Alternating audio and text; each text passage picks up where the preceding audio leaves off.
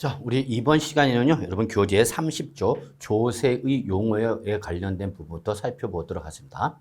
자, 일단 우리 세법도 여러분 법률행위고요. 우리 법률행위를 할 때는 여러분 법률 용어를 아셔야 되죠. 그래서 사실 법률 용어를 여러분이 좀 잘 정리해 둘 필요가 있습니다. 왜? 의미를 정확히 전달하기 위해서.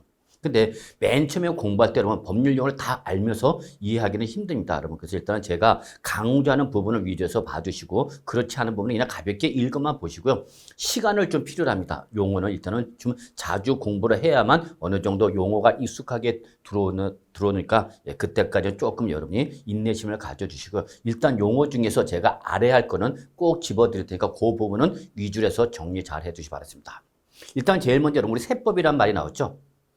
세법은 글자 그대로 여러분 세금에 관련된 법률을 여러분 우리 뭐라냐면 세법이라 한다 이렇게 정의 내리시면 돼요.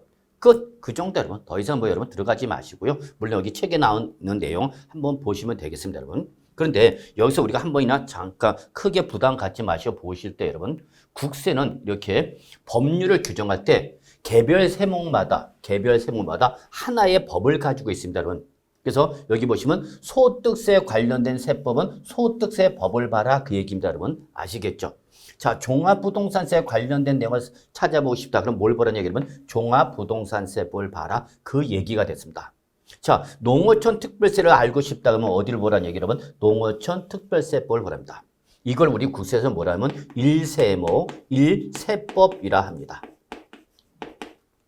하나의 종류마다 하나의 법을 갖고 있다. 그 얘기입니다, 여러분. 그래서 여러분, 우리 소득세, 그러면 소득세 법에서 규정되고 있다. 종합부동산세 관련된 내용 찾아보고 싶다. 그러면 어디를 받아?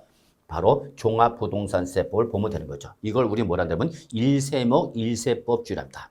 근데 요 일세목 일세법주의가 원칙인데 요거에 대한 예외가 있어요, 여러분. 그게 바로 뭐냐면 상속세 및 증여세는 요게 예외입니다. 그래서 요거는 일세목 일세법이 아니라 이세목 일세법을 취하고 있습니다. 즉 상속세라는 거 하나와 증여세라는 거 하나 이 두 가지를 합해서 요거를 어디에서 규정하고 있다 그러면 상속세 및 증여세법에서 규정하고 있다라는 걸 여러분이 특징으로 좀 한 번 정도 확인해 두시고요. 그리고 이런 개별세법 말고도 여러분 우리 모든 국세에 기본적이고 공통적으로 적용되는 국세에 대해서 공통적으로 적용되는 법을 우리는 공통세법이라는데 기본적으로 여기 나오는 것처럼 국세기본법, 그 다음에 국세징수법, 조세특례제한법, 조세범처벌법 또는 조세범처벌절차법 등 이런 것은 공통세법, 즉 모든 국세에 공통으로 적용되는 내용입니다, 여러분. 근데 우리 시험범위에 국세기본법에 관련된 내용이 일부 조세총론에서 출제가 되고 있습니다, 여러분. 그래서 우리 조세총론에서 공부를 할 때에 국세기본법에 관련된 내용 또 지방세기본법에 관련된 일부를 좀 공부하실 거라 먼저 말씀드릴 수 있겠습니다. 근데 여러분 우리 지방세를 보시면요. 지방세는 오늘 현재 11가지의 지방세가 있는데 이 11가지 지방세를 개별 법률로 규정하고 있지 않고요. 이거를 그냥 하나같이 다 11가지 지방세를 다 지방세법에서 통합하여 규정하고 있습니다. 그래서 우리가 주로 공부하는 것이 바로 요 지방세법을 공부합니다. 바로 지방세법에서 우리가 개별적으로 공부하는 취득세, 등록면허세, 재산세 여기까지가 우리가 메인으로 공부를 하는 거고요, 여러분. 그 다음에 이름만 기억하는 지역자본시설세, 그 다음에 지방교육세, 그 다음에 지방소득세 그리고 요 정도만 좀 봐두시면 되겠습니다, 여러분. 아시겠죠? 그래서 우리 취득세, 등록면허세, 재산세, 지역자본시설세 등 지방세에 관련된 법률을 찾아보고 싶어요. 그럼 어디를 봐라는 얘기냐면 지방세법을 봐야 됩니다. 그리고 역시 모든 지방세에 공통으로 적용되는 세법이 바로 지방세기본법, 지방세징수법, 지방세특례제한법, 그 다음에 우리 제주특별자치도 설치 및 국제자유도시 조성을 위한 특별법 뭐 이런 것이 지방세에 어느 정도 영향을 미치기도 하는데 여러분 우리가 시험 공부를 할 때는 이 지방세기본법의 일부가 시험범위에 나오기도 한다라는 걸 좀 봐주시고요. 주된 내용이 바로 우리 뭐죠, 여러분? 지방세법이죠. 지방세법. 그래서 요거는 이렇게 좀 봐주십니다. 자, 그 다음에 나머지 여러분, 우리 보충학습은 여러분 크게 부담 갖지 마시고요. 안 보셔도 되지 않을까 생각합니다. 자, 그 다음에 이제 우리 다음 페이지 32쪽 납세지죠. 자, 납세지 여러분. 우리가 하나 여기서 정리하고 넘어갈 게 있는데 여러분 납세지 이거는 땅지자 쓴 거거든요. 여러분 납세지. 근데 이 부분이 여러분 시험에 나오기도 해요. 네, 그러면 제가 강조하는 걸 좀 말씀드리고 싶은 건 뭐냐면 납세지는 것은 납세 의무를 이행하는 장소적 기준 또는 과세권자를 결정하는 장소적 기준을 우리는 납세지랍니다. 그럼 이때 여러분 우리 부동산에 대한 납세지를 물어보면 여러분 부동산에 대한 납세지를 물어보면 이게 부동산에 대한 납세지를 물어보면 이게 지방세에서 물어본 거냐 국세에서 물어본 거냐 요걸 먼저 확인하셔야 돼요.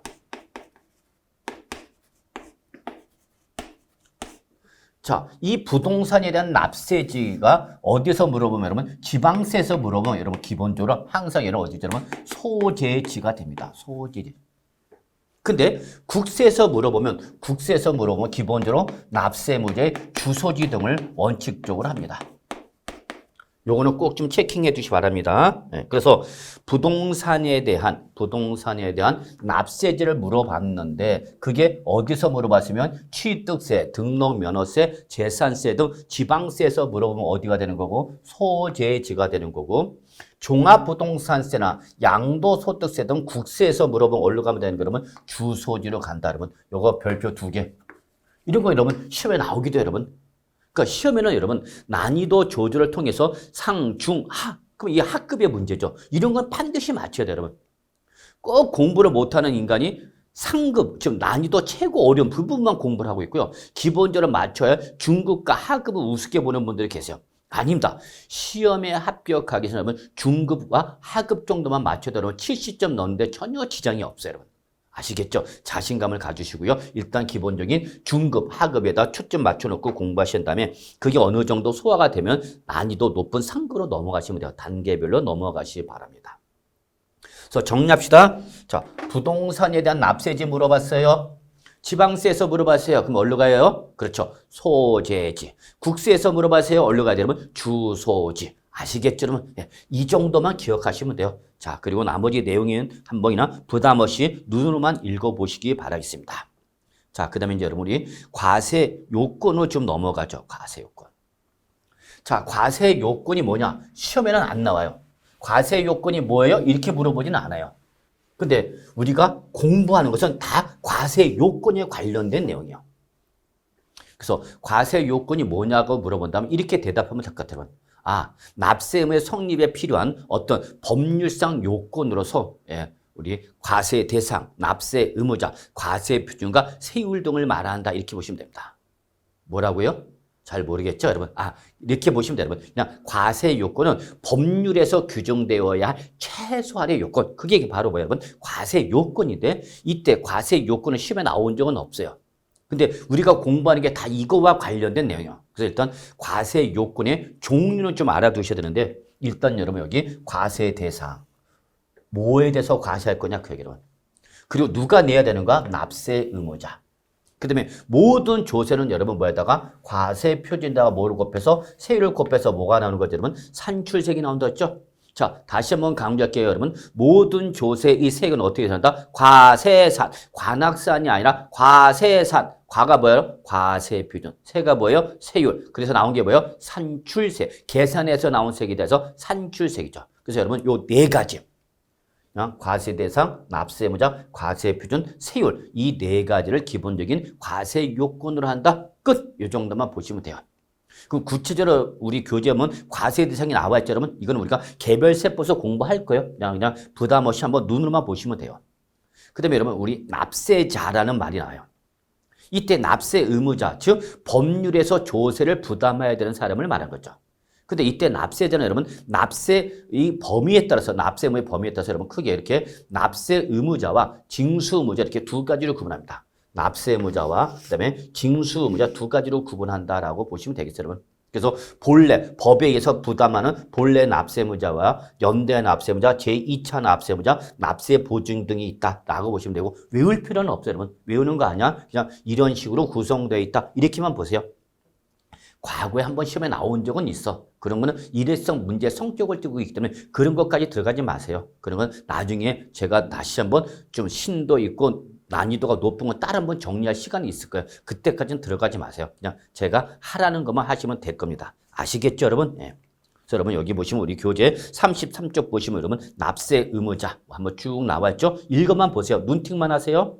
또 제2차 납세무자, 보충적 납세무자인 제2차 납세무자가 나와 있고 여러분 이거 다 외우는 거 아니야 이거? 그냥 눈으로만 보시면 돼요. 아 이런 거구나 라는 걸 보시고 이때 사업 양수에 대한 제2차 납세무자가 여러분 한 번 시험에 나온 적도 있어요 여러분. 네, 그래서 이거는 제가 실무 특강 하면은 우리 공인중개사 사무실을 포괄적으로 인수해서 사무실 인수하는 경우가 있어요. 그때에 좀 여러분이 제가 강조를 부분인데 그냥 참고만 하시면 됩니다. 한 번 나온 적이 있는데 또 나올 가능성은 없어요. 그냥 일회성 문제 여러분. 크게 신경 쓰지 않으셔도 돼요. 자, 그 다음에 이제 우리 여기 과세 표시 나왔죠? 자, 다시 한번 말할게요. 여러분. 모든 조세는 세액을 어떻게 산다? 과세 표준에다 세율을 곱해서 산출세액이 나온다고 그랬죠? 이때 과세표준이 금액, 가액으로 표현되는 조세를 뭐라고? 종가세라고 아까 이미 1교시 때 설명드렸었죠. 물량으로 표현되는 조세를 뭐라 하면 종량세라 한다. 그냥 보시면 됩니다. 그럼 과표가 나오면 이제 거기다 뭘 곱하라고 해요? 세율 곱하면 되겠죠. 자, 이때 세율은 여러분 다시 표시 방법에 따라서 여러 가지로 구분할 수 있는데 여러분 기본적으로 여러분 정률세가 있고 정액세가 있네 여러분. 정률세는 일정한 비율로 표현하는 거죠. 뭐 100분율로 표시가 된 걸로 말이죠. 또는 뭐 1000분율. 그래서 국세는 주로 100분율, 국세는 100분율. 그다음에 지방세는 주로 1000분율로 표시를 합니다. 왜 그러냐면 100분율이 기본인데 지방세는 워낙 세율이 낮다 보니까 저율세이다 보니까 소수점 표기를 방지해서 보통 1000분율로 표시한다 이렇게 보시면 되겠습니다. 자, 그 다음에 예외적으로 이렇게 일정한 금액으로 정해지는 세율을 바로 뭐라 하면 정액세랍니다.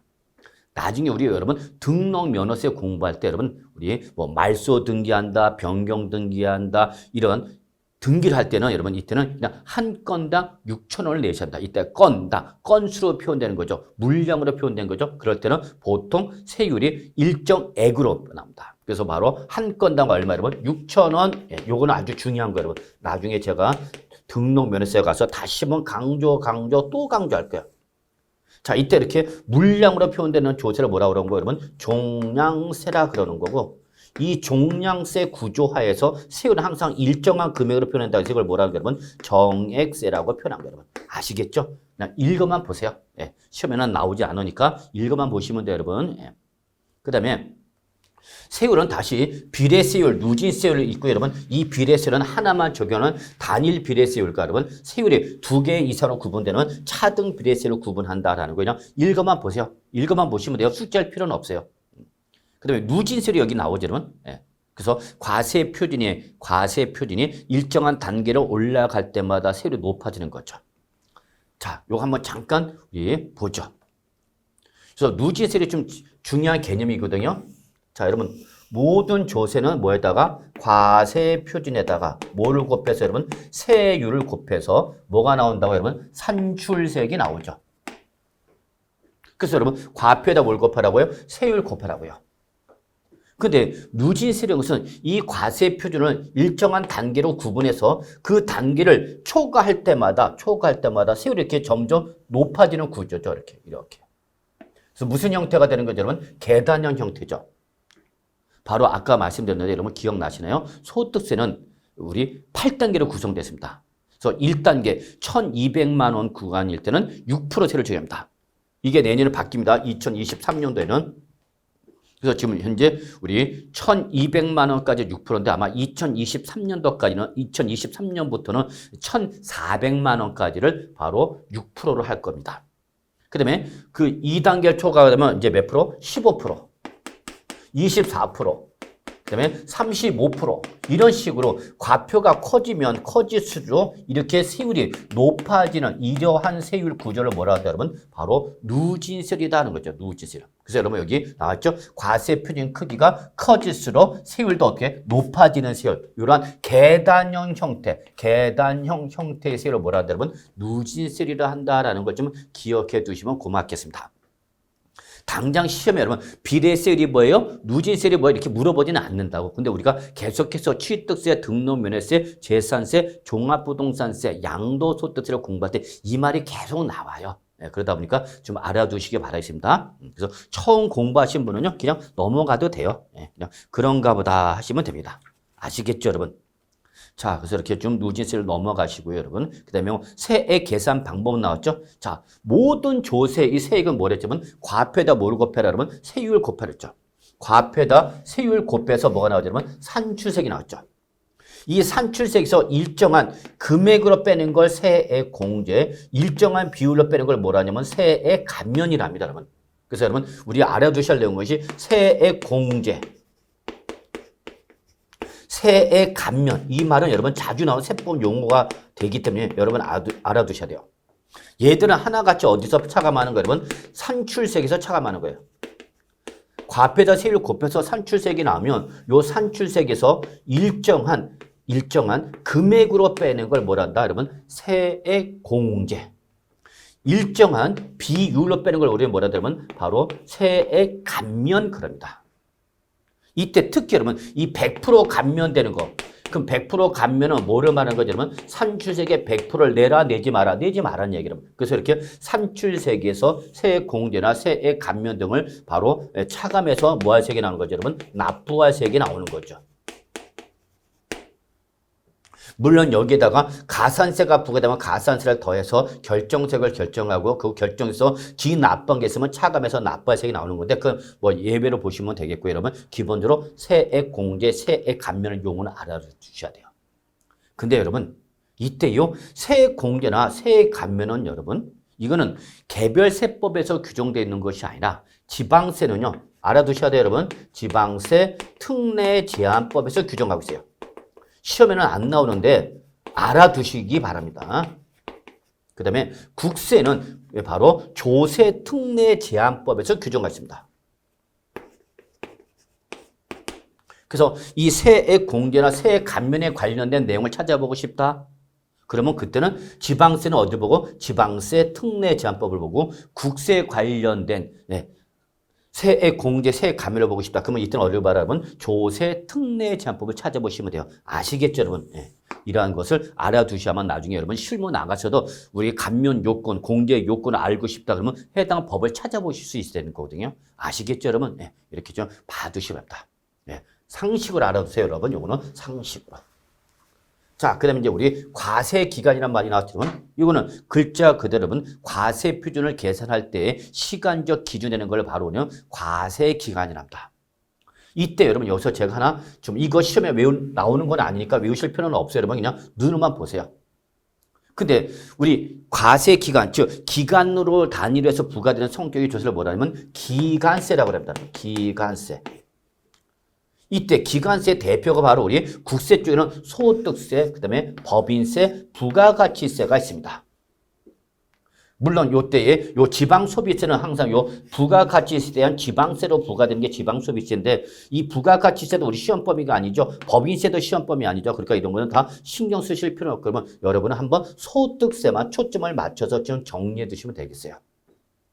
자, 소득세는 여러분 대표적인 기간세로서는 매년 1월 1일부터 12월 31일 요 12월 31일 요 1년을 1과세 단위로 하여 부과되는 기간세의 대표가 바로 뭐냐면 소득세입니다. 그래서 매년 1월 1일부터 12월 30일 1년이죠. 이때 여러분 우리가 좀 알아두셔야 할 용어가 있어요, 여러분. 이때 요 1월 1일을 우리가 뭐라 그러냐면 여러분 과세기간 개시일이랍니다. 그리고 12월 31일은 뭐라냐면 과세기간 종료일이라 합니다. 자, 요 용어는 알아두셔야 돼요, 여러분. 그래서 세법에서 소득세법에서 과세기간 개시일 그러면 그건 언제를 말하는 거고 1월 1일을 말하는 거고 과세기간 종료일 현재 그러면 이때는 언제 여러분 12월 31일을 말한다는 걸 꼭 알고 계셔야 돼요. 그래서 모든 개인은 소득세법에서 그냥 모든 개인은 1월 1일부터 12월 31일 1과세기간으로 한다라고 규정되어 있기 때문에 자기가 임의로 이 과세기간을 바꿀 수는 없어요. 근데 법인은 법인세법에서는 이걸 허용합니다. 그래서 법인은 정관에서 규정한 기간을 바로 과세기간을 합니다. 그래서 정관에서 어떻게 정하고 있느냐에 따라서 과세기간이 법인마다 다를 수가 있는데 소득세법상 개인은 무조건 모든 개인은 다 1월 1일부터 12월 30일 1년을 과세 단위로 한다는 거 알아두셔야 돼요, 여러분. 그때 하나 더 이때 과세기간 개시는 구체적으로 언제를 말하는 거고 1월 1일을 말하는 거고 과세기간 종료일 그럼 언제를 말하는 거다? 12월 31일을 말하는 거다라는 건 알고 계셔야 됩니다. 아시겠죠, 여러분? 예. 이렇게 보시기 바랍니다, 여러분. 그래서 과세기간 이렇게 보시면 되겠고요. 자, 그다음에 법정신고기한 이런 게 나왔죠. 법정신고기한, 법정납부기한 이런 말이 좀 세법 용어에서 좀 어려운 말입니다, 여러분. 특히 국세기본법 또는 지방세 기본법에서 나오는 말 중에 하나인데 법정신고기한은 납세 의무자가 자발적으로 그 세목에 대한 과세보다 세율을 곱해서 산출세액을 언제까지 신고를 해야 된다라고 법에서 규정하고 있는 기한을 뭐라냐면 법정신고기한이랍니다. 법에서 언제까지 신고하세요 라고 기한이 정해져 있는 걸 우리는 뭐라 한다면 법정신고기한이라고. 보통 요 법정신고기한이 뭐가 되냐? 법정납부기한이 되기도 합니다. 요 신고기한까지 뭐하라는 얘기냐면 신고한 세액을 납부하라라고 얘기가 될 수 있습니다, 여러분. 그다음에 국세기본법에는 지정납부기한이라는 것도 있습니다. 지정납부기한.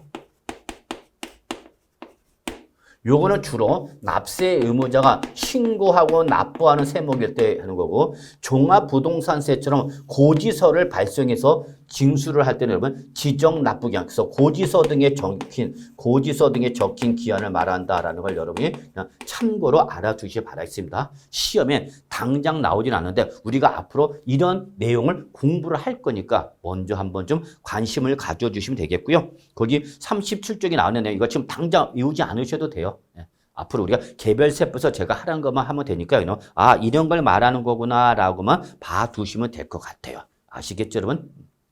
그래서 이거 여기 있는 걸 지금 이거 다 숙지하는 거 아닙니다, 여러분. 그냥 눈으로만 보시죠. 눈팅 무슨 내용이 써져 있는지. 자, 그다음에 여러분 이제 우리 교재 38쪽부터 여러분 조세이 징수 방법 나와 있죠. 여러분 이거 별표 3개 무지하게 중요한 부분입니다. 오늘 지금까지 설명한 내용 중에서 여러분이 목숨을 걸고 반드시 기억하셔야 되는 겁니다. 물론 이게 뭐예요? 라고 물어보지는 않겠지만 이게 우리가 부동산세법을 공부할 때 처음부터 끝날 때까지 계속해서 나오는 말이에요. 그래서 이 조세 징수 방법은 특히 지방세는 기본적으로 3가지 이 방법으로 징수합니다. 자, 이때 여러분 우리 지방세라는 세법의 당사자는 누구죠? 항상 그렇죠. 두 사람이 여러분 누구와 과세권자와 납세의무자죠. 뭐. 과세권자와 납세의무자.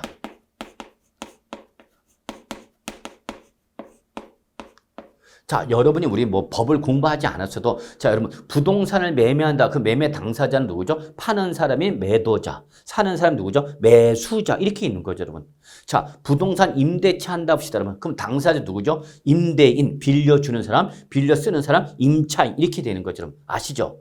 똑같이 우리 세법도 당사자로서 여러분 누구? 과세권자와 누가 나온다, 여러분? 바로 납세 의무자가 나온다는 걸 꼭 기억하셔야 됩니다. 그래서 세법의 당사는 기본적으로 누구다 그러면 과세권자와 납세 의무자입니다. 아시겠죠, 여러분? 이때에 보통 대부분의 세금은 일단은 매년 내는 세금 같은 경우는 납세의무자 일일이 다 계산해서 신고하고 납부하기가 부담스럽기 때문에 일단은 과세권자가 세액을 계산해서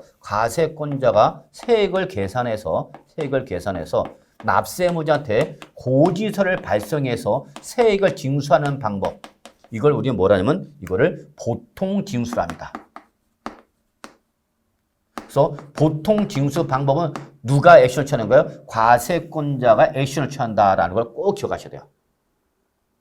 다시 한번요. 보통징수 방법 그럼 누가 액션을 취한다고? 과세권자죠. 그래서 과세권자가 세액을 계산해서 납세의무자한테 뭘 보내죠? 여러분 고지서를 발송하는 거죠. 그래서 고지서에 적힌 금액을 고지서에 적힌 날짜까지 뭐 하는 거죠? 납부하여 징수하는 방법. 여기를 우리는 뭐라 한다? 보통징수를 한다. 잊지 마세요, 여러분. 그래서 다시 한번요. 보통 징수는 누가 액션을 취해요? 과세권자가 액션을 취하는 겁니다. 반면에 납세 의무자가 스스로 세액을 계산해서 과세관청에 세액을 신고하고 납부하는 걸 이걸 우리는 뭐라 한다면 이거를 신고 납부라 합니다.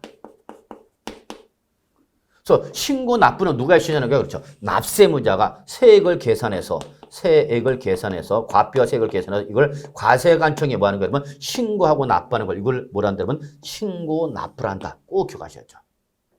아시겠죠? 자, 다시 한번 보통 징수는 누가 해주신다고요? 그렇죠. 과세권자가. 신고 납부는 누가 하는 거예요? 납세 의무자가 하는 거다. 이걸 꼭 기억하셔야 돼요, 여러분. 근데 문제는 시험에 보통 징수가 뭐예요? 신고 납부가 뭐예요? 이렇게 물어보지는 않아요. 그러면 시험에는 뭐를 물어보냐면 그러면 이렇게 보통 징수하는 지방세가 뭐가 있고 신고 납부하는 지방세가 뭐가 있어? 이걸 물어본다고. 여러분 이걸 기억하셔야 돼요.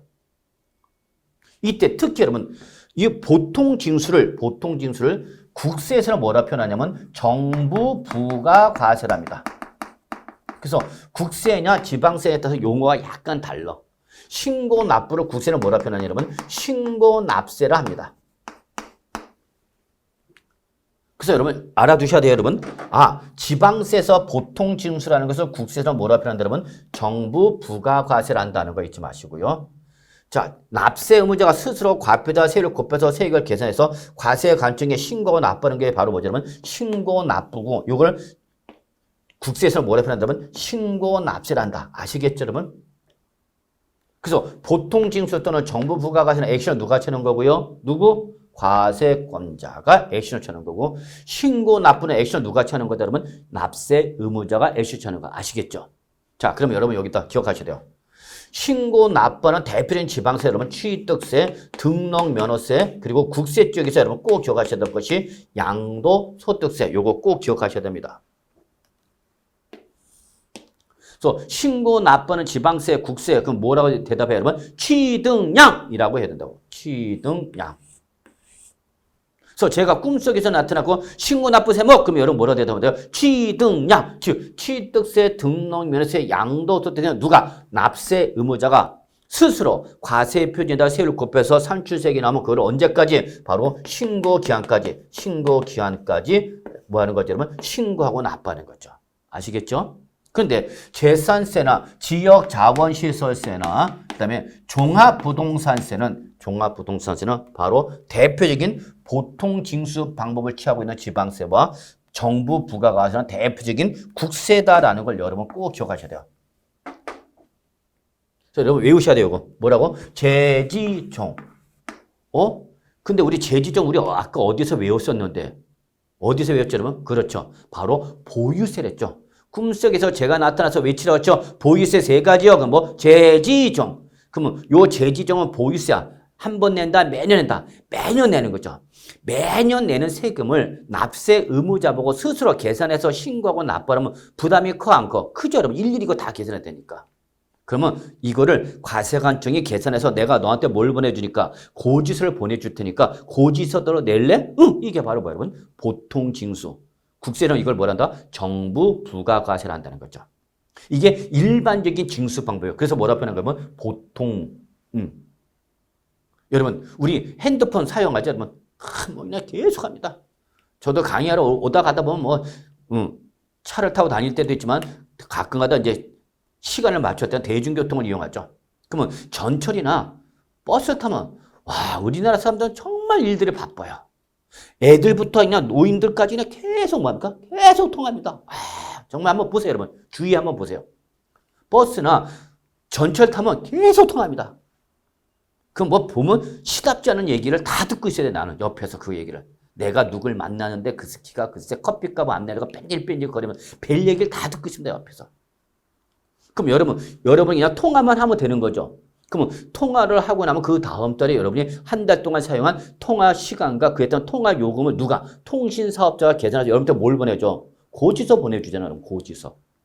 또 우리 매달 쓰는 매일 사용하는 전기요금 또 수도요금 그걸 여러분 일일이 다 계산합니까? 아니죠. 사업자가 계산할 때 여러분들 뭘 보내주죠? 고지서 보내죠. 자, 이거 고지서를 발송해서 고지서에 적힌 납부 기한까지 납부를 하게 하는 방법. 이걸 우리 뭐라 한다 그러면 보통징수라 하고 대표적인 것이 뭐라고요? 제지종. 꼭 기억하셔야 되죠. 이것만 기억하시면 돼요. 이게 제일 중요합니다. 별표 3개, 강조, 강조, 또 강조. 오늘 배운 것 중에서 가장 중요한 부분 중에 하나라는 걸 꼭 기억하십니다. 다시 한번 정리하겠습니다, 여러분. 자, 신고 납부하거나 신고 납세는 국세와 지방세법, 취등량 외우셨죠? 그 다음에 보통징수 또는 정부 부가세는 뭐 여러분? 제지종. 예, 오늘 요것만 아셔도 여러분 성공한 거예요. 아시겠죠, 여러분? 예, 이렇게 나가는가 조금씩 넓혀 갑시다. 한 번에 너무 다 많은 걸 하려고 하지 마시고요. 그리고 여러분 이때 과세권자와 납세 의무자 간의 제3자면서 과세관청을 대신해서 세금을 징수하여 과세관청에 납부할 의무를 부담하게 되는 자를 이걸 뭐라 하냐면 징수의무자랍니다. 징수의무자. 자, 요거 여러분 어렵게 생각하지 마세요. 여러분 우리 회사 다니죠? 저도 뭐 직장 생활을 꽤 했었는데 자, 직장에 다녀서 근로를 제공하고 근로를 제공하면 당연히 일정한 기한마다 뭘 받죠, 여러분? 급여를 받죠, 여러분. 급여. 아, 이건 매달 정말 눈 빠지게 기다립니다. 월급날이야 빨리 달아오라. 그러면 이 사업자가 저한테 급여를 지급할 때 이 지급하는 급여에 대한 뭘 빼고 주죠, 여러분? 그렇죠. 소득세 빼고 주죠. 소득세를 빼고 주죠. 이때 이 소득세를 빼고 준다. 돈을 줄 때부터 그 지급하는 금액에 대한 세금을 떼고 준다. 돈 줄 때부터 빼고 준다. 이걸 뭐라 하냐면 그쵸. 이거를 원천징수라고 그러죠, 여러분. 원천징수. 여러분이 우리 세법 공부하지 않았어도 직장인 하면 우리 연말정산한다고 그랬죠, 여러분. 그럼 연말정산하는 건 뭐예요, 여러분? 매달 급여에서 원천징수한 세액과 1년 동안에 벌어진 소득에 대한 소득세를 계산해서 1년치에 대한 소득세 매달 납부한 원천징수 요걸 금액을 비교해서 소득세법상 그 1년 동안 벌어진 소득에 대한 소득세와 원천징수세액을 비교해서 원천징수세액이 더 커. 매달 납부한 금액이 더 커. 그러면 그때는 나중에 그 원천징수에서 초과 납부한 걸 돌려받는 걸 우리 뭐라 하냐면 이게 우리 13월의 급여 직장인데 눈 빠지게 기다린 거죠. 여러분 어렵게 하지만 돈 줄 때부터 세금 떼고 줘요. 이걸 뭐라 한다? 그러면 원천징수를 한다. 원천적으로 소득세 떼고 준다는 얘기예요. 그러면 여러분 항상 기억하셔야 돼요. 또 중요한 거 나왔다. 체킹. 소득세가 나오면요. 무조건 소득세 몇 프로를? 10%를 무조건 뭐로 낸다 그러면 지방소득세를 한 번 더 내셔야 됩니다. 마치 부가세 성격을 띠고 있는데 얘는 우리 지방세법상 지방소득세는 부가세로 분류를 하지 않고 여러분 독립세로 분류를 하고 있습니다. 그러나 여러분 꼭 기억하셔야 돼요. 뭐가 있으면 소득세가 있으면 항상 소득세가 있는 것에 뭐가 있어요? 지방소득세 몇 프로예요? 10%. 꼭 기억하셔야 돼요. 소득세 그러면 항상 뒤에 누가 지방소득세 몇 프로 쫓아온다고요? 10%가 꼭 쫓아와요. 아시겠죠? 그럼 예를 들어서 소득세 3% 원천 징수한다. 사업소득세 3% 원천 징수한다. 그러면 3%에 10%는 몇 프로? 0.3%가 바로 지방소득세로 오는 거죠. 그래서 많은 분들이 사업소득세 원천 징수를 3.3% 이렇게 얘기를 하면 그 3.3%는 3%의 소득세와 3%의 10%인 지방소득세 0.3이 합해져서 바로 3.3%가 나오는 겁니다. 아시겠죠, 여러분? 꼭 기억하셔야 돼요. 그래서 뭐가 있는 것은 소득세가 있는 것은 반드시 뭐가 쫓아온다 그러면 지방소득세에 꼭 붙어 다녀요. 이때 지방세에서는 여러분 요 원천 징수를 뭐라고 표현하냐면 이거를 특별징수랍니다. 그래서 결론은 요 원천 징수 의무자는요. 징수 의무자는 원천 징수 의무자와 바로 특별 징수 의무자로 구분하는데 이때 요 원천 징수와 특별 징수는 같은 거다 다른 거다 같은 거다는 걸 꼭 기억하셔야 합니다. 아시겠죠, 여러분? 그래서 여러분 꼭 기억하셔야 돼요.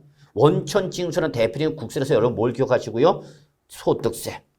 그러면 소득세 나왔으니까 뭐가 나와야 돼요, 여러분? 10%의 지방소득세. 무슨 징수? 특별 징수. 여러분 이거 꼭 같이 다니는 거죠. 그래서 이렇게 소득금이나 수익금액을 지급할 때 그 지급하는 금액에 대한 소득세를 원천 징수하거나 특별 징수한 지방소득세를 과세관청에 납부하게 하는 걸 이걸 우리가 뭐라고 표현한다 여러분? 원천 징수 또는 특별 징수를 한다라는 걸 여러분이 꼭 기억하셔야 됩니다. 아시겠죠, 여러분? 그래서 여기 신고 납부 그다음에 여러분 보통 징수, 그 다음에 바로 뭐가 나오죠? 그러면 우리 특별 징수 이렇게 나오죠. 그래서 여기 국세는 뭐라고 표현한다? 그러면 원천 징수를 한다라는 말 꼭 기억하셔야 됩니다. 자, 그럼 여러분이 하나 외우셔야 된다고 그랬죠? 보통 징수하는 건 뭐가 있고 제지종 외우시기 바랍니다. 그 다음에 신고 납부하는 건 뭐냐면 취등량 요거 꼭 외우시고요. 그 다음에 원천 징수는 소득세, 특별 징수는 지방소득세 꼭 기억하시기 바랍니다. 아시겠죠, 여러분? 이렇게 정리해 두시기 바랍니다.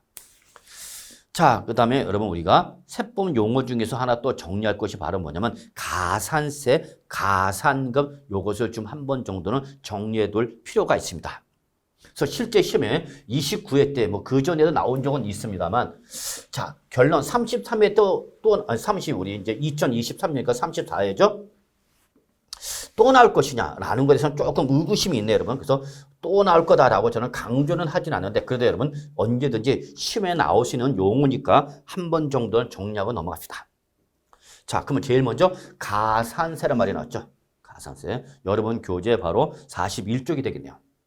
그러면 가산세는 뭐를 말하냐면 여러분 세법에서는 납세의무자한테 여러 가지 각종 수많은 의무를 규정하고 있고 이러한 의무를 성실하게 이행하도록 요구하고 있습니다. 근데 그렇게 세법에서 규정하고 있는 의무를 세법에서 규정하는 의무를 이행하지 않았을 때 요 의무를 이행했다, 이행하지 않았다, 이행하지 않았을 때 그때 바로 그 세법에 따라서 산출세계 가산하여 징수하는 금액을 우리가 뭐라 한다면 이거를 가산세랍니다. 그래서 가산세는 일종의 뭐냐면 벌과금입니다. 벌과금 성격을 띠고 있는 겁니다. 이때 특히 세법에서 규정하고 있는 의무의 가장 기본이 두 가지가 있죠, 여러분. 뭐죠, 여러분? 신고와 납부가 가장 기본적인 바로 의무가 되겠습니다. 자, 여러분, 우리 잠깐 그냥 편안하게 들어보세요, 여러분. 자, 우리가 이제 시험에 합격했어. 와, 드디어 시험에 합격했어. 빰빰빰 하죠, 여러분. 축하합니다. 그러면서 이제 우리 홈페이지에 막 이제 교수님들 감사합니다. 저 이번에 시험에 합격해서 다 교수님 덕분이요? 아니죠. 다 여러분이 열심히 한 결과인 거죠, 뭐. 저희야 잠깐 그냥 방향과 범위를 제시했을 뿐이고 결국은 시험 합격은 여러분이 하시는 거죠. 자, 그럼 이제 시험 합격했으니까 이제 우리 공인중개사 개업하고 등록하는 거죠, 여러분. 자, 그래서 여러분이 공인중개사 이제 개업하죠. 그럼 개업하기 위해서는 어디 가죠, 여러분? 시군구청 가서 등록하셔야 되겠죠. 왜냐면 공인중개사업은 바로 뭐니까 등록업종이니까 등록해야 되죠. 그럼 여러분 시군구청 가서 부동산 정보과라는 이런 데 가셔서 저 공인중개사 사무실 내려고 등록하러 왔습니다. 그러면 이제 뭐 사전교육 이수했냐 뭐냐 이제 제출 서류 하면서 그러면 여러분 제일 먼저 공무원이 뭐라면 자, 세금부터 내고 오세요. 그럽니다. 뭐라냐면 등록면허세 내고 오세요. 그래서 나 중개사 개설 등록하러 왔어요. 그러면 등록에 대한 등록면허세부터 세금 내고 오세요. 그래요. 그래서 옆에 가서 세금 내고 오죠. 그래서 등록면허세 뭐 보통 27,000원 내고 오면은요. 그걸 가지고 이제 여러분한테 등록증을 교부해 줍니다. 자, 그럼 이제 등록증을 들고 이제 끝나냐? 아니야, 여러분. 하나 더 가야 돼. 어디 가야 되냐면 세무서 가셔야 돼. 이제 세무서. 그래서 바로 중개사법에 따라서 등록해서 등록필증을 가지고 우리 이제 부동산 세법 특히 부가가치세법에 따라서 주소지에 관할 또는 사업장 관할 세무서 가서 사업자 등록을 하셔야 됩니다. 사업자 등록. 그래서 사업을 개시를 하면 개시한 날부터 기본적으로 20일 이내에 사업자 등록을 하라라고 부가가치세법에서 규정하고 있어요. 납세문자한테. 근데 등록하세요라고 규정하고 있는데 그 등록을 20일 이내 안 했어. 그러면 왜 안 했어? 바로 등록 불성실 가산세 때립니다. 아, 그러면 사업 개시한 지 20일이 안 되면 20일 이내 등록 못하면 바로 등록 불성실 가산세 부과됩니다, 여러분. 예. 그래서 공급가격에서 일정한 세율이 부과되는데, 그래서 등록했어. 그럼 이제 사업하겠죠, 여러분. 그러면 사업을 하면 반드시 사업자는 장부를 기장하게 돼서 여러분, 장부 기장하세요라고 했어요. 근데 장부를 기장 안 했어. 그럼 왜 기장 안 했어? 기장 불성실 가산세 때려. 기장했어. 그럼 그 기장한 장부를 최소 5년은 보존을 해야 돼. 근데 보존해야 돼. 정당한 사업시 보존 안 했어. 그럼 왜 보존 안 했어? 보존 불성실 가산세 때려. 이런 젠장. 그리고 내가 이제 책을 팔고 뭐 용역을 공급하고 물건 판매한 가격이 10%를 바로 우리 부가가치세로 받아갖고 매출조 합계표를 제출해야 돼. 근데 제출 안 했어. 왜 제출 안 했어? 제출 불성실 가산세. 그러니까 여러분 사업하는 순간부터 이제 세금에서 각종 수많은 의무를 부과하고 그 의무를 이행하지 않으면 때리는 게 바로 뭐다고 여러분? 가산세. 아시겠죠? 근데 우리가 그걸 다 알 필요는 없고 시험에 나오는 가산세는 딱 두 가지야. 바로 뭐 여러분? 신고 불성실 가산세, 그다음에 납부 지연 가산세. 요 두 가지가 세법에서 정하고 있는 가장 기본적인 의무다라는 걸 잊지 마시기 바랍니다. 그럼 이걸 했다 안 했다? 안 했다. 그럼 뭘 때린다? 가산세. 그럼 가산세는 바로 산출세에다 더해서 징수합니다. 이때 여러분 가산금은 지금 현재 이거는 지방세에서만 사용하는 말입니다. 지방세 적으세요. 국세에서는 요 가산금이란 말을 사용 안 합니다. 어디에 포함하거든요? 납부 지연 가산세 포함합니다. 즉 신고를 안 하면 여러분 뭐가 부과되고 여러분 신고 불성실 가산세가 부과되고요. 납부를 다 하지 않으면 이때는 여러분 뭐가 부과되냐? 납부 지연 가산세가 부과됩니다. 그래서 국세는 2020년 그리고 지방세는 2022년부터인데 다시 이게 그 지방세 정보통신망을 구축하는 거에서 시간이 좀 딜레이가 돼갖고 요 2023년 12월 말일까지는 아직도 지방세는 가산금이란 말을 사용하도록 하고 있습니다. 그래서 지방세는 납부 지연 가산세와 가산금을 두 개를 다 쓰고 있다는 걸 좀 알아두시고요. 다시 한번 말하지만 가산금은 어디에서만 나오는 말이다 여러분? 지방세에서만 나오는 말이다라는 걸 기억해 두시기 바랍니다. 아시겠죠 여러분? 네. 그래서 여러분 여기 가산세는 의무, 불이행에 대한 뭐다? 벌가금 성격을 띠고 있는 거다라고 나왔죠. 체킹해 두시고요. 자, 이때 여러분 여기서 우리가 하나 정리할 것이 요 가산세는 해당 의무가 규정된 해당 국세 또는 지방세의 세목으로 한다. 요 말이 좀 어려워요. 근데 알아두셔야 돼요. 가산세는 해당 의무가 규정된 세법에서 정하고 있는 해당 국세나 지방세 세목으로 한다. 여러분 여기서 세목은 조세의 한 종류를 말합니다. 개별 종류를 말하는 거예요. 여러분. 조세 한 종류. 자 예를 들어서 이렇게 볼게요. 여러분. 자 나 부동산을 취득했어. 부동산을 취득하면 여러분 그 부동산을 취득한 날로부터 60일 이내와 등기를 하기 전까지 취득세를 신고하고 납부하세요라고 지방세법에서 규정하고 있답니다. 다시 한번요. 제가 부동산 취득했어요. 그럼 뭘 내야 된다고요? 취득세를 내가 자발적으로 뭐 해야 된다고? 신고를 하고 그 다음에 그 신고한 세액을 뭐 해야 된다고 그러면 납부를 해야 된다고. 아시겠죠 여러분? 근데 이때 이 신고와 납부를 안 했답니다. 그럼 당연히 안 했으니까 뭐가 부과되는 거냐면 가산세가 부과됐죠. 그럼 이때 요 취득세에 대해서 가산세가 부과되면 이때 요 취득세와 가산세는 별개가 아니라 별개로 하는 것이 아니라 요 취득세에 포함시켜라 그 얘기입니다. 포함하라라는 걸 이거는 세목으로 하라 이렇게 표현한 거죠. 적으세요. 포함하라 이렇게 적어요. 그러면 조금 이해하기가 쉬워. 그럼 다시 한번 제가 취득세를 과세 표준에다가 뭘 곱해서 세율을 곱해서 누가 납세물 취득자가 스스로 산출세액을 어떻게 해야 되는 거냐면 신고하고 납부를 해야 되는 거죠. 산출세액을 신고하고 납부해야 되는 거죠. 근데 이 신고와 납부를 했다 안 했다? 안 했다. 그럼 뭐가 부과된다 그러면 가산세. 그럼 이 가산세를 요 산출세액에다 어떻게 하는 얘기야? 더해서 납부를 해야 된다 그입니다. 그래서 이렇게 산출세액에다 가산세를 더해서 납부할 세액이 나오는 거다라는 걸 여러분이 알고 계신다. 이거를 표현하기를 뭐라고 표현한 거냐면 해당 국세나 지방세의 세목으로 한다라는 걸 기억하셔야 됩니다. 아시겠죠 여러분? 그래서 취득세와 가산세는 별개다 하나다. 하나가 되는 거 하나. 하나로. 그래서 취득세에 더해서 납부를 하라 그입니다 여러분. 아시겠죠? 이걸 해당 국세나 지방세 세목으로 한다라는 걸로 표현하고 있다는 걸 잊지 마시기 바랍니다. 꼭 기억하셔야 돼요. 그런데 이때 이 취득세가 예를 들어서 무슨 대상이야? 감면 대상이랍니다. 만약에 얘가 무슨 대상이라고? 감면 대상이랍니다. 50% 감면해 주랍니다. 그럼 이 신고 납부를 하지 아니한 국세나 지방세가 무슨 대상이다? 감면 대상이라는 얘기라면 그러면 그때에 그 감면 대상인 취득세나 양도소득세 등 지방세, 국세를 납부를 하지 않았을 때 신고를 할 때 가산세가 부과되면 이 가산세도 감면을 해줄 거냐 그입니다. 감면하라 하지 마라. 네, 감면하지 마라는 얘기야. 왜 감면하지 마라는 얘기야? 얘는 벌금으로 때리는 거니까. 그래서 해당 요 취득세나 또는 지방세 또는 국세가 무슨 대상이라더라도 감면 대상이라더라도 뭘 부과되는 가산세를 부과되는 가산세는 감면해주라 하지 마라 하지 마라. 이걸 우리가 뭐라고 하냐 여러분 가산세는 그 감면 대상에 포함하라 포함하지 아니 마라 포함시키지 아니하는 거라는 거죠. 아시겠죠 여러분? 꼭 기억하시면 된다. 시험에 나올 수 있는 거죠.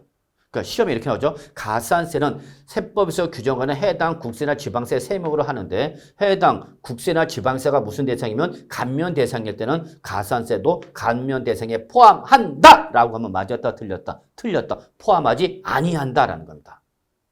아시겠습니까 여러분? 네, 그래서 이걸 꼭 좀 체크해 주십니다. 이게 중요하네요 여러분. 자, 여러분 여기 보시면 가산세는 납부할 세액이 어떻게 하나? 가산하거나 이게 일반적인 거죠. 납부할 세액에다 더하는 거죠. 환급을 받을 때는 그걸 빼라 그 얘기가 됐습니다. 여러분. 그 다음에 특히 이 가산세는 우리가 시험 범위로서 공부할 것이 기본적으로 신고 불성실 가산세, 납부 지연 가산세로 구분해서 정리해 주시기 바라겠습니다. 자, 이렇게 좀 정리하시는데 자, 이건 뭐 지금 당장 다 외우기는 조금 힘들고 여러분 일단은 요거 한번 갑시다. 자, 요 신고라는 의무를 다 하지 않았을 때 부과되는 것이 바로 신고 불성실 가산세인데요.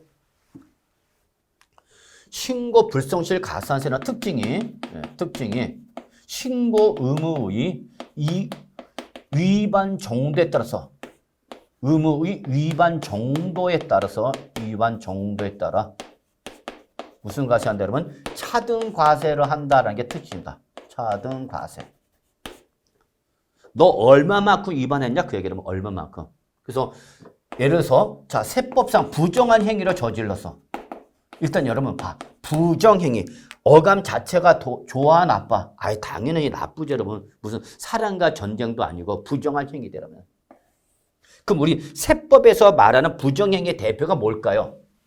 사랑과 전쟁에서 나오는 그걸 말하는 것이 아니라 대표적인 부정행위는 여러분 우리 이중계약서 쓰는 걸 생각하시면 돼요 여러분. 다운계약서 또는 업계약서 썼다. 그럼 우리는 세법상 무슨 행위를 본다 여러분? 부정행위라고 봐요 여러분. 아시겠죠? 그러면 부정행위로 신고 의무를 안 하면 이때는 40% 됩니다. 40%. 부정한 짓을 저질렀을 때다. 죽어라 나쁜 놈 죽을 사자 40%.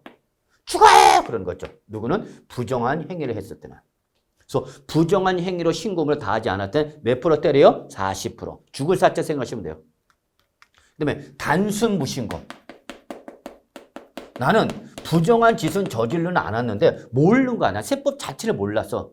그래서 이거 신고를 해야 되는가? 몰랐다는 얘기죠. 그러면 신고를 안 했다고? 그러면 그때는 무식한 게 제이죠. 그냥 20%죠. 뭐 20%. 나는 계산도 했어. 신고했어. 그런데 세법이 단순해 복잡해? 네, 복잡합니다. 그래서 세무 전문가 공인회계사가 따로 있는 이유가 세금을 계산하기가 그렇게 쉽지만은 않아요. 특히 국세는 상당히 어렵습니다. 가끔가다 쉬는 시간에 저한테 교수님 잠깐 시간 좀 내주세요 이렇게 하고 오시는 분이 있어요 여러분. 물론 커피라도 좀 뽑아갖고 오면 이쁘기라도 할 텐데 그냥 딜랑딜랑 옵니다. 인간이 물어보기로 해놔서.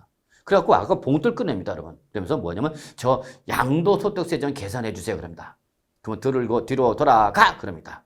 왜냐면 그 양도소득세 계산하면 여러분 등기부등본에서 날짜를 다 따져보고 여러분 그 물건 하나하나 개별적인 상황을 다 고려해서 시간이 엄청 들어갑니다. 그 시간 투입 비용에 대한 이제 우리 세무사 때 돈을 주고 걔들 그걸 해주는 거예요. 근데 그걸 아까워서 저한테 가끔마다 들고 오는 분도 계세요. 뭐 안 해줄 수는 없잖아요 여러분. 그래도 해줘야지 뭐. 근데 항상 여러분 세무사 도장을 찍고 신고를 하는 거와 그냥 내가 직접 신고하는 것은 차이가 있습니다. 과세 관점에서. 세무사 도장이 찍혀 있으면 전문가가 계산해 줬으면 믿어주겠죠. 그런데 여러분 직접 계산하면 잘 안 믿으려고 합니다. 네가 뭘 알아? 그래서 일일이 하나씩 다 따져봅니다. 그래서 뭔가 하나라도 꼬투리를 잡고 다시 세금을 더 때리려고 하는 게 기본적인 속성이에요 여러분. 그래서 여러분 일단 세금 신고할 때는 세무사한테 맡기는 게 제일 좋아요. 근데 나는 이거 자체를 모르는가? 그럼 몇 프로 여러분? 20%. 신고를 했는데 적게 신고했어요 여러분. 적게. 이걸 뭐라 해요 여러분? 과소신고죠. 왜? 어렵거든 세금이. 내가 소득세 적게 내려고 세무사 수수료 안 내려고 내가 직접 계산해서 신고를 했는데 적게 신고했다. 그때 몇 프로 여러분? 10%입니다. 요거 아셔야 돼요 여러분. 그래서 부정행위는 몇 프로? 40%. 단순 무신고는 몇 프로? 20%. 단순 과소신고는 몇 프로? 여러분? 10%. 요 정도는 꼭 좀 기억해 주시기 바랍니다. 아시겠죠 여러분? 그런데 여러분 이때에 하나 좀 책에다 기억하세요. 요때 단순 무신고를 부가대세에서 제외되는 거 있는데 여러분 특히 종합부동산세, 그 다음에 교육세, 그 다음에 농어촌 특별세, 그 다음에 지방교육세. 얘들은 무신고 가산세 부과 대상에서 제외한다라고 적어놓으세요. 책에다가. 특히 종합부동산세는 꼭 기억하셔야 돼요. 그래서 종합부동산세는 원칙적으로 단순 무신고 가산세 부과한다, 부과하지 않는다, 부과하지 아니한다 그 얘기가 됐습니다. 여러분.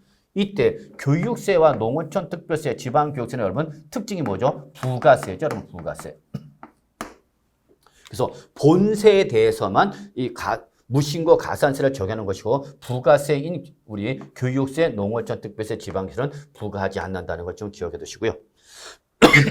죄송합니다. 그 다음에 과소신고 가산세는 여러분 역시 부가세는 요 과소신고 가산세 부과대에서 제외가 됩니다. 제외된다.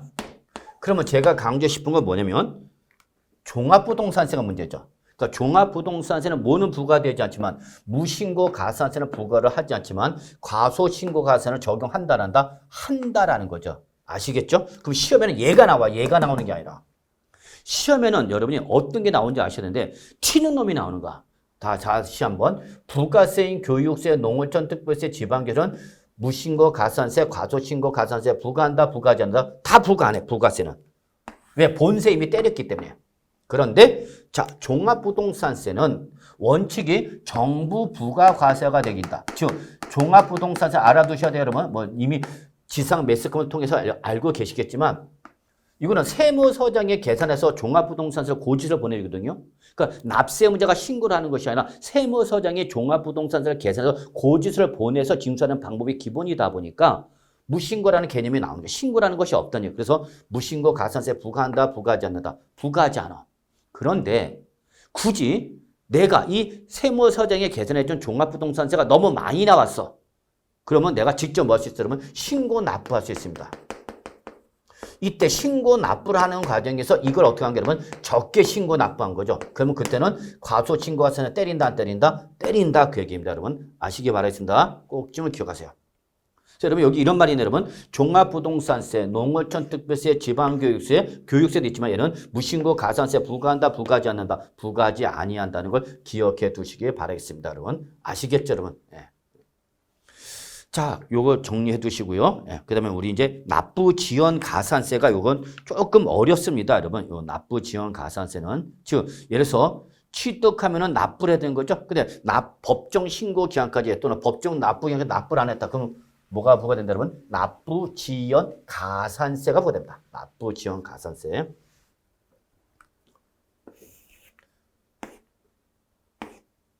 예를 들어서 내가 부동산을 취득했어요. 그럼 취득했으니까 취득한 날부터 60일 이내 또는 등기하기 전까지 신고 납부세라고 하는 신고 납부 기한이 나오죠.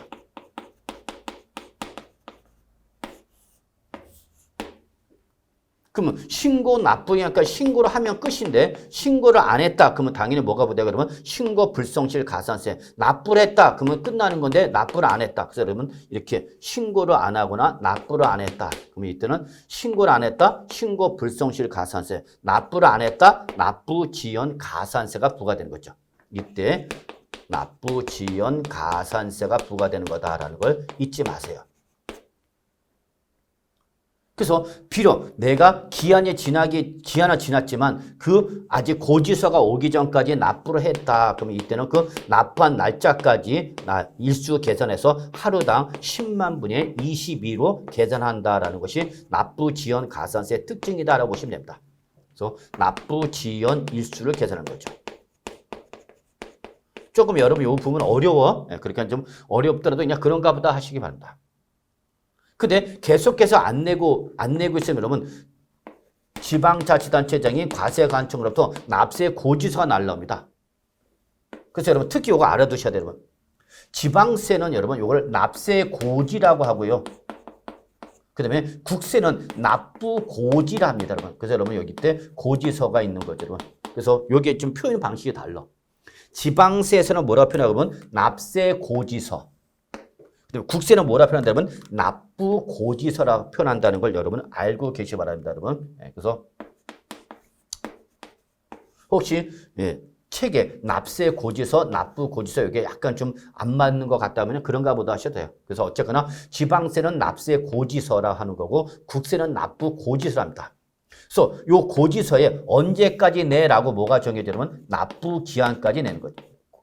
정해지고 이때까지 내야 되는 거죠. 이때에 바로 이때까지 납부를 안 했다. 고지서에 적힌 날짜까지도 납부를 안 했다. 그러면 역시 국세는 납부 지연 가산세가 부과되고요. 납부 지연 가산세가 부과되고요. 지방세는 이거를 별도로 가산금이랍니다. 가산금이라 한다라는 걸 기억하셔야 된다. 그래서 가산금은 고지서에 적힌 납부한 세액을 고지서에 적힌 세액을 납부를 안 하면 이때는 무조건 가산금 3%가 때립니다.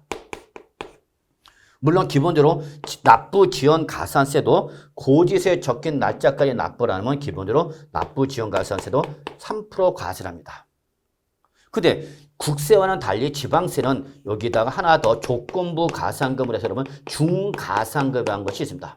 그래서 30만 원 이상이 되면은 다시 한번 바로 만분의 75 곱하기 납부 지연 월수로 한 번 더 계산한다라는 것이 특징이 되어 있습니다.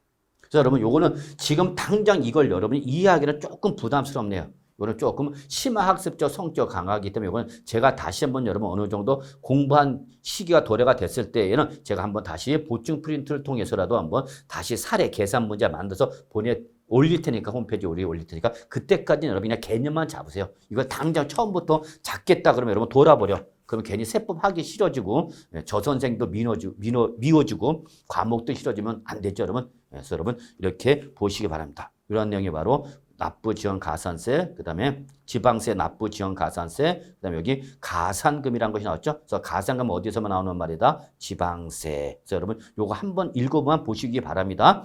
구체적 계산 문제는 나중에 따로 풀어보시는 것이 좋을 거예요, 여러분.